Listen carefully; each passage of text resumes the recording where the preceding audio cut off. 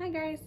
Today I'll be reading The Glitter Dragon, written by Caroline Repchuk and illustrated by Colin and Maura McLean.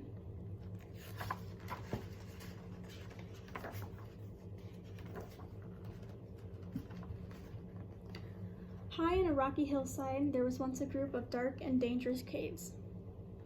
And living inside them was the most fearful band of dragons you would never hope to meet. The townsfolk that lived in the valley close by trembled at the thought of what lurked and threatened from that hillside. It seemed that Geoffrey was their only hope.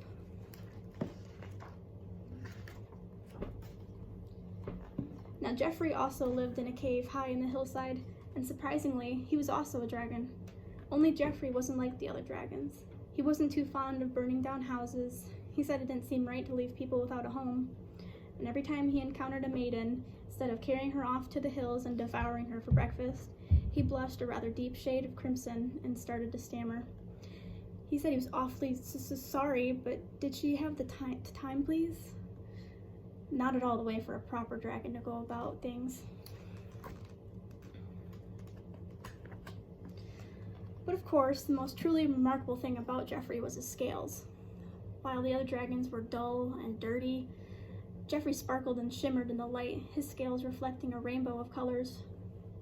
Now you may think that Geoffrey would have been proud of his appearance, but you'd be wrong. In fact, he tried everything to disguise his beautiful scales. He even rolled in mud to try and cover them up, which for a nice clean dragon like Geoffrey was quite extreme. But it was no good. The other dragons teased him constantly. "Call yourself a dragon?" they would sneer. "Why, you're nothing but an oversized, overheated, useless tower of tinsel." Geoffrey hung his head in shame. So one night, he decided to run away. He packed up his pajamas, his teddy bear, and his pink toothbrush in a suitcase, wrapped himself in a blanket, and set off sadly in search of a new home. Geoffrey had never been far from home before. He had never even left the valley. He had no idea what lay on the other side of the hills. But he was sure he'd find someone who would like to share their home with a polite and friendly dragon like himself. He had not yet gone far when he reached the edge of a dark and dangerous forest. "Oh dear," quivered Geoffrey, pulling his blanket around him. "I don't like the dark." But he knew it was too late to turn back, so clutching his teddy bear tightly, he bravely journeyed on.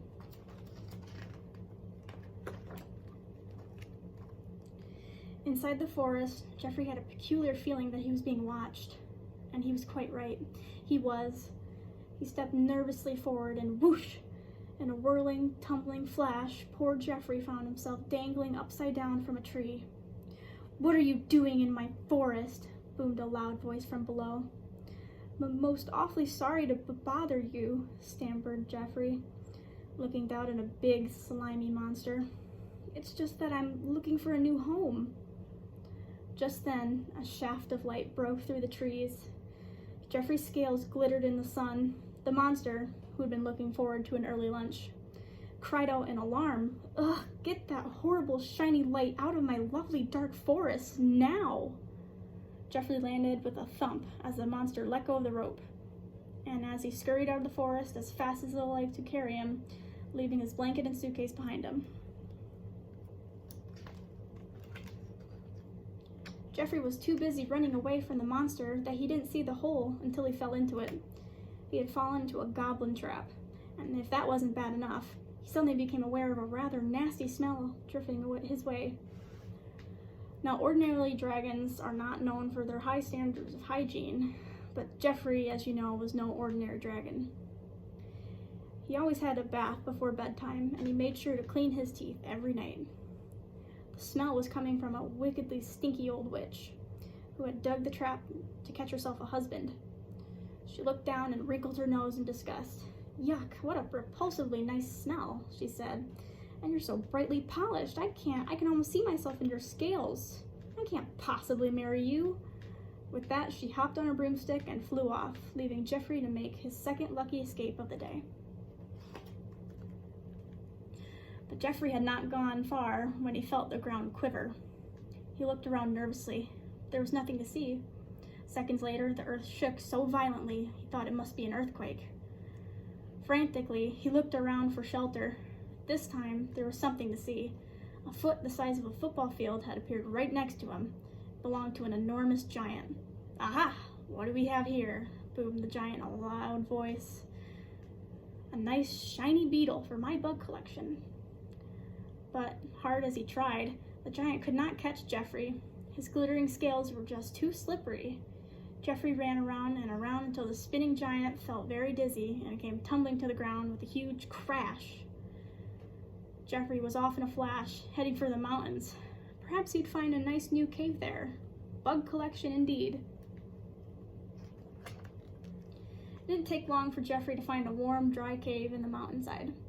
He crawled inside, curled up, and fell fast asleep at once, worn out by his adventures.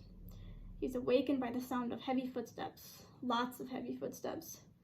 "And just what do you think you are doing in our cave, Tinseltoes?" growled a voice. Cautiously, Jeffrey opened one eye and looked up. In front of him stood the biggest, meanest bunch of dragons he had ever seen. Dreadfully sorry," he stammered. "I think I must have made a mistake." "A really big mistake," said the biggest, meanest dragon of all. "So we'll have to teach you a lesson." Minutes later, Jeffrey found himself tied to a cliff face. Foaming sea crashed on the rocks far below him. All day he was lashed and pounded by the howling wind and salty spray, and as darkness fell and the sky turned inky black, Jeffrey began to wonder if he would live till morning. Just then, he spotted a dark shape looming on the horizon. It was a ship, a very grand ship indeed. Jeffrey began to feel nervous. The ship was heading straight towards the rocks. "Look out!" called Jeffrey, but his feeble cry was lost on the wind. Jeffrey squeezed his eyes tightly shut and waited for the crash. But just then, the bright full moon came shimmering into view, and so did Jeffrey. Broad beams of moonlight reflected from his scales and shone out into the darkness like beacons. Loud cries came from the deck, and Jeffrey watched in relief as the helmsman turned the mighty ship's wheel. Without a second to spare, the huge ship swung aside and passed safely around the rocks. Safely, that is, for all but the royal Princess Petunia. As the ship swung aside, she was tossed overboard into the foaming, heaving sea. Jeffrey paled in horror as he realized that only he had seen her, and only he could save her. There was not a moment to lose. Mustering all of his strength, Jeffrey gave a mighty tug and broke free from his chains. Then, spreading his magnificent, sparkling wings aside, he swooped down and scooped the princess up from the stormy waters.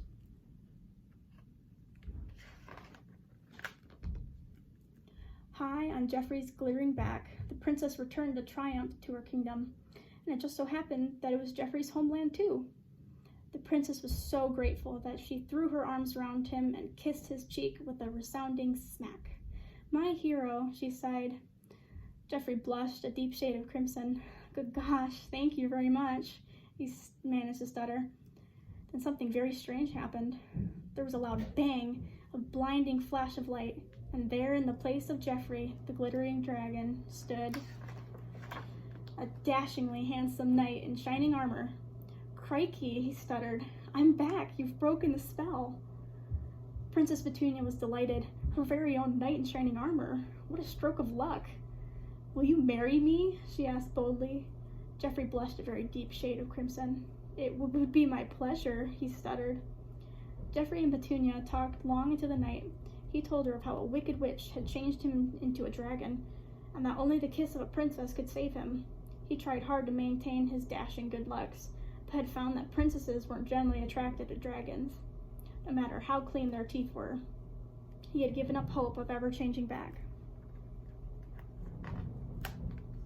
And so the princess and her knight were married, and as all good fairy tales, they lived happily ever after. But what of the other dragons? They had watched from the hilltop in amazement as bumbling, stumbling, sparkling old Jeffrey had been transformed before their very eyes, and seeing him married to the princess and living in luxury at the palace had transformed them too. Jeffrey forgot to mention the witch and her spell, so now, in the hopes of following in his fortunate footsteps, they have turned into the politest and friendliest bunch of dragons you could ever hope to meet. Should you happen to pass through their valley, you can see them every morning brushing their teeth, scrubbing their toenails, and polishing their scales till they gleam. The townsfolk are delighted. The end. Thank you.